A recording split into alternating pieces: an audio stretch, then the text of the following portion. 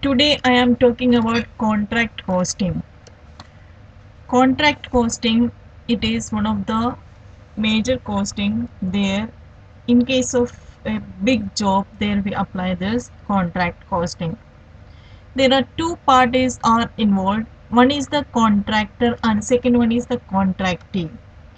Contractor, he is a person who undertake the task of doing the job that we term it as a contractor.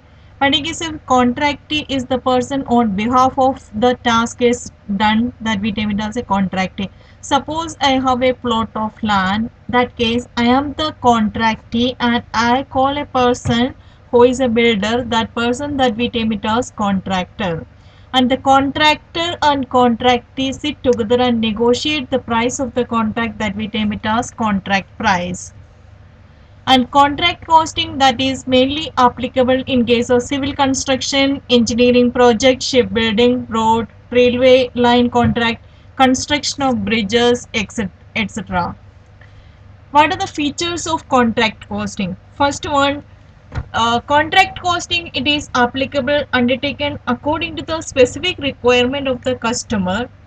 Generally, the duration of the contract is more than 1 year and the contract is undertaken only at the site of the customer.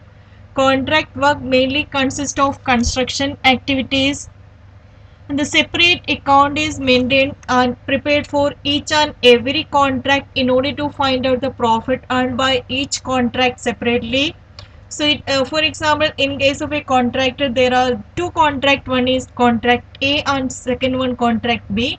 So, we have to prepare account for both the contract A as well as contract B. If the contract is not completed at the end of the financial year, only a portion of the profit is transferred to P&L account. That is also based on the progress of the completion of the contract. And there are two terms are mainly involved in case of a contract costing. One is work certified and the second one is work uncertified. Work uncertified and work uncertified both are comes under a part of work in progress. Work certified is that part of the work in progress that is approved by the contractees, architect, engineer, surveyor. Work, work uncertified means that part of the work in progress that is not approved by the contractees, architect. The contractee has to pay the contractor according to the progress of the contract.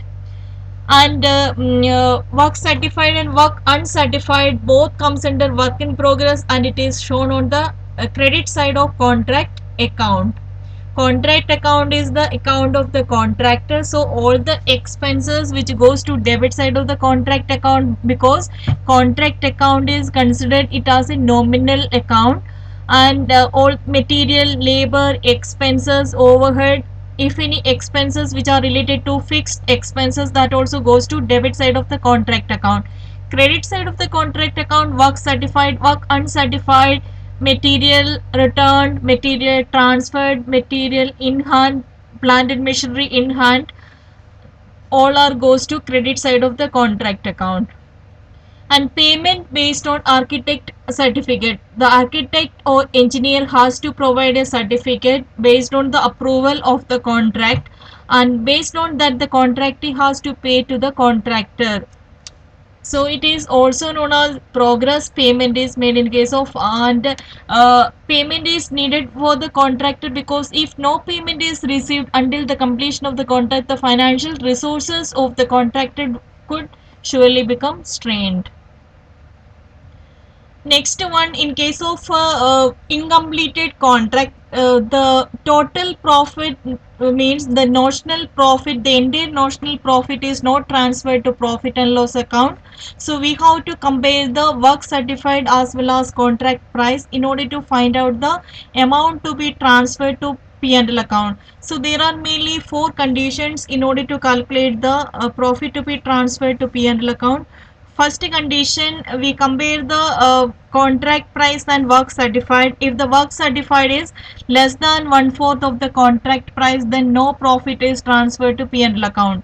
Second condition, if the work certified is one-fourth or more but less than half of the contract price, then one third of the profit is transferred to P&L account. In that case, we have to calculate the profit to be transferred to P&L account, that is equal to notional profit multiplied by 1 by 3 into cash received upon work certified. And third condition, if the work certified is between one half and 90% of the contract price, in that case two-thirds of the profit is transferred to P&L account. That case also we have to find out the profit to be transferred to P&L account is equal to notional profit multiplied by 2 by 3 into cash received upon work certified. And the remaining amount according to this calculation that transferred to work in progress reserve, the contractor can utilize that amount in the next year. And sometimes it may be near its completion, so that case it is near completion when the contract work certified is more than 90% of the contract price. Then directly we calculate the profit to be transferred to P&L account, that is equal to estimated profit multiplied by work certified upon contract price. Here we can calculate estimated profit into cash received upon work certified.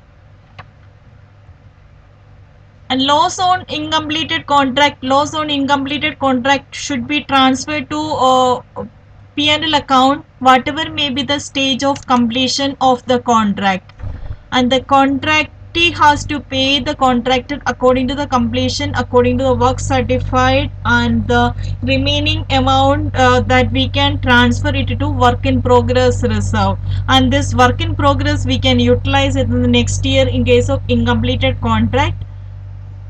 The contract account is the account of the contract. So thank you very much.